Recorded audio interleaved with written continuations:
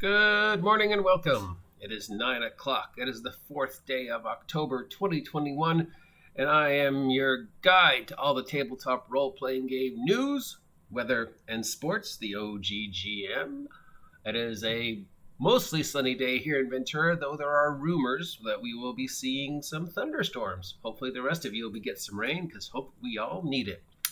It's Monday, which means it's time to take a look at the tabletop role-playing game news of the week. Not a lot of news, sadly, considering that Origins was over the weekend. I thought we would get some more, but so far we haven't heard anything from Origins.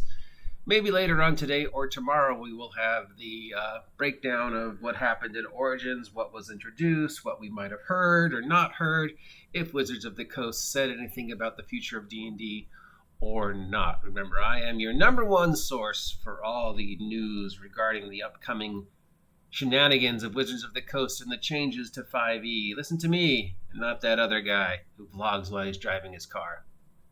All right, so what's going on in the world? Well, in case I haven't mentioned it 1,000 times, it's that we have some new details coming forward, that there will be some new books involving feedback from players. Other than that, we still don't know anything about what they have planned for the future. We do know that sometime in January, this big expansion gift set slipcover thing will be released. It's going to be very, very expensive. It'll include Xanthars, Tasha's, and the new one, Mordekainen's Monsters of the Multiverse. Now, I'm going to mispronounce this name several thousand times, not because I can't say it, just because it's a funny name. All right, so this big slipcover comes with a DM screen, 1, 2, 3, 4 things. It comes with Xanthars with a new cover, Tasha's with a new cover, and Mordekainen's in this nice slip box. It'll be very, very, I think, at least $100, if not more. Of course, if you've been playing D&D for longer than a couple 2 years, you probably already have Xanthars and Tasha's. So the only thing is Mordekainen's that's new to you, so I would just probably wait till Mordekainen's is released separately and not waste money on something you already have. On the other hand, if you have a D&D player in your life, or you are a D&D player and you don't have Xanthars and Tasha's yet, this might be a good way for you to get all three for the holidays, plus a DM screen with a boulder on it.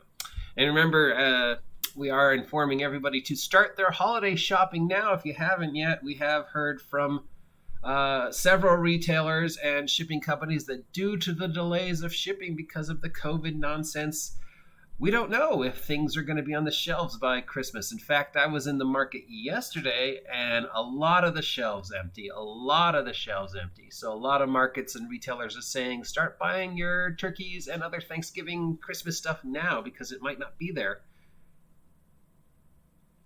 Now, in regards to Mordekainen's Monsters of the Multiverse, very interesting in the fact that they are now referring to it as a multiverse.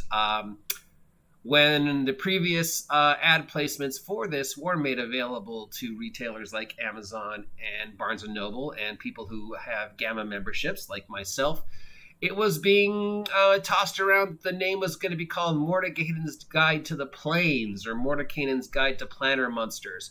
But apparently Wizards of the Coast, at least temporarily, has dropped the word plains and are now referring to it as a multiverse.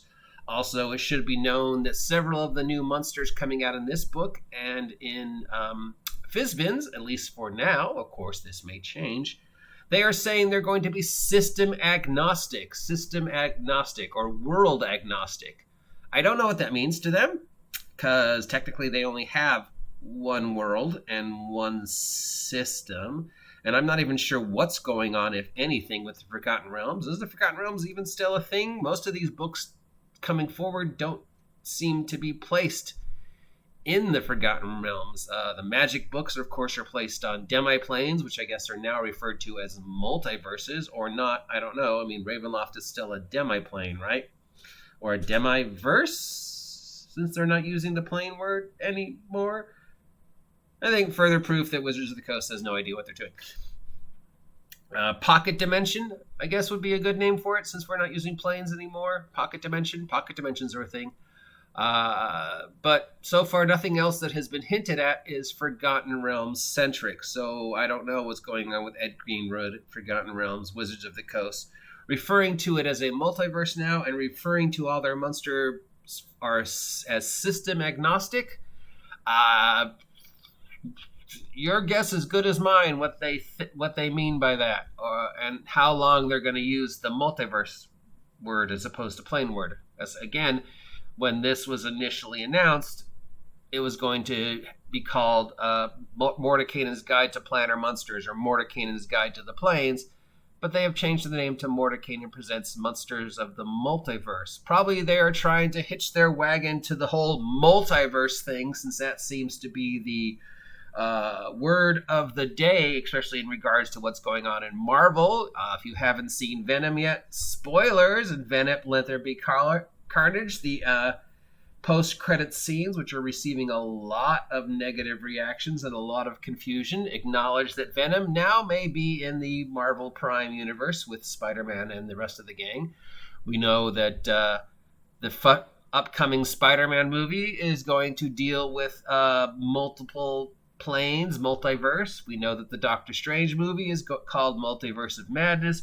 Loki dealt a lot with multiverses. Also, if you've been watching What If on Disney, it also deals with multiverses. So multiverse is the big word over at Marvel, and maybe the reason why Wizards of the Coast switched from planes to multiverse is to hitch their wagon on to the tales of the Marvel multiverse. Did the Wizards of the Coast Dungeons and Dragons campaign comics produced by Marvel at any point in time?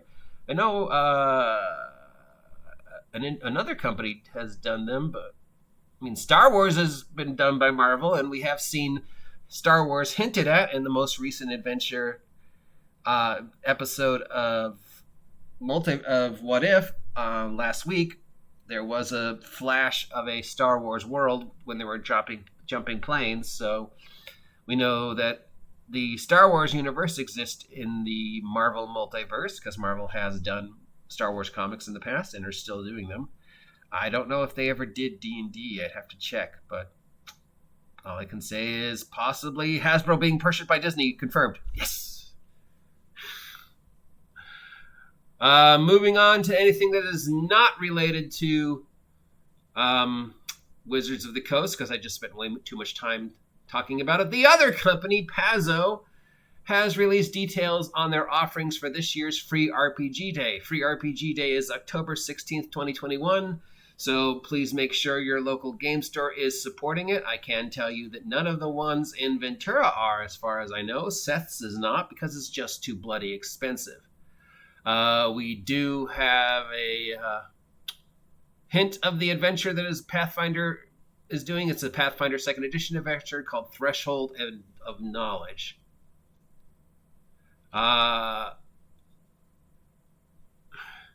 Apparently, the iconic trophy for the prestigious Diana Jones Award has gone missing.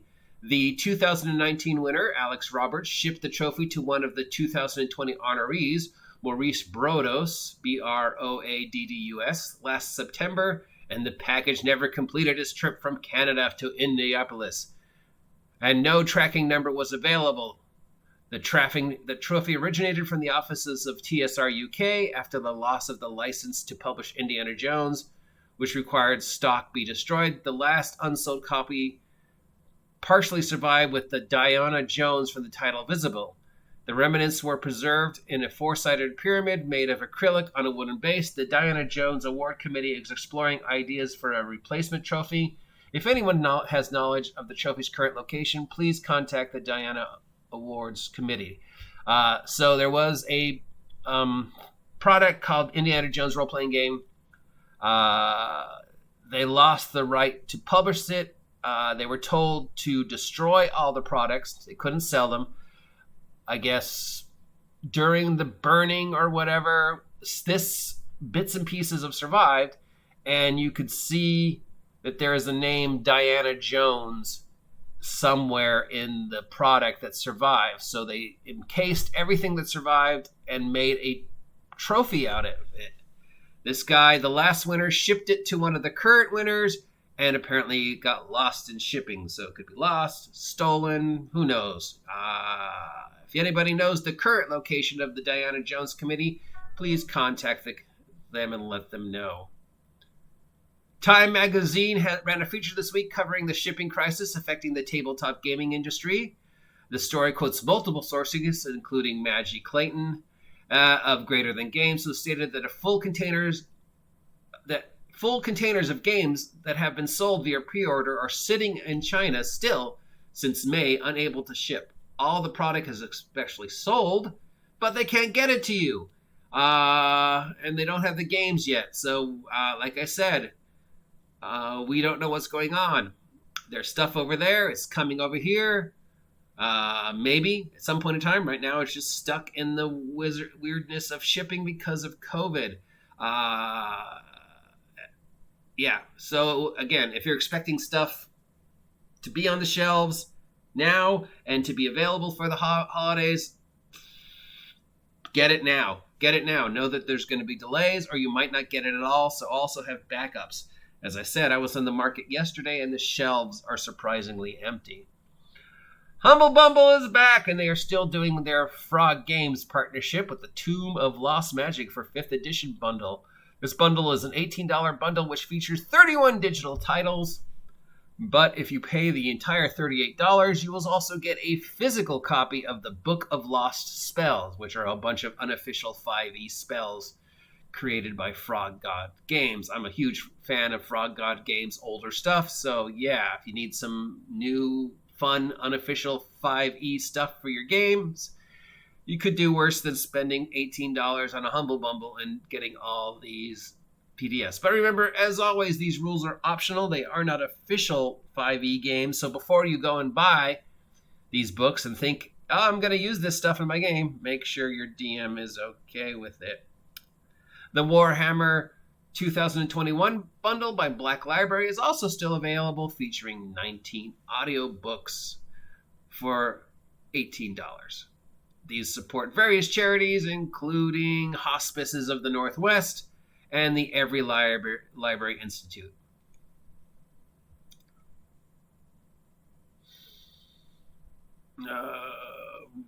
Level Up's core rulebook introduction has been made available on the Level Up webpage with only 4 days to the Kickstarter. If you haven't read all the Level Up stuff, you can go to the EN Publishing or Level Up website and see all the multiple articles and PDFs and product that they have made available in regards to the Level Up rulebook game that's coming out. And again, I don't know if this is a good idea, guys, because you've made everything for the book available for free online. Why do I need to buy the book? I don't know if that's good business or bad business. I really don't. I mean, it seems like it's a bad idea to make everything available online, but then maybe it's a good idea because you're whetting the appetite, and we don't know if the stuff that's online is actually the stuff that's in the book. I don't know. It just doesn't seem like a good idea, but I could be wrong. And that is about it. I'm surprised. I thought we would have some more news out of Origins, but as of today, the 4th of October at 9... How long have I been talking? 9:13-ish, 9:20. We have no news from what happened at Origins, what announcements, what releases, whatever. Perhaps later today or tomorrow. Till then, stick with me for all your tabletop role-playing game news, weather, and sports. I am the OGGM. If you appreciate this content, let me know. If you don't appreciate this content, also let me know. If you haven't subscribed yet, please subscribe. Help me hit 1,000 subs by, I don't know, the end of the century, and we'll do something crazy. If you're looking for ways to support the OGGM adventures, I now have a locals page, as well as my blog, and of course you can also use Ko-Fi to buy me a coffee or check out my PayPal. Till next time, stay off my land.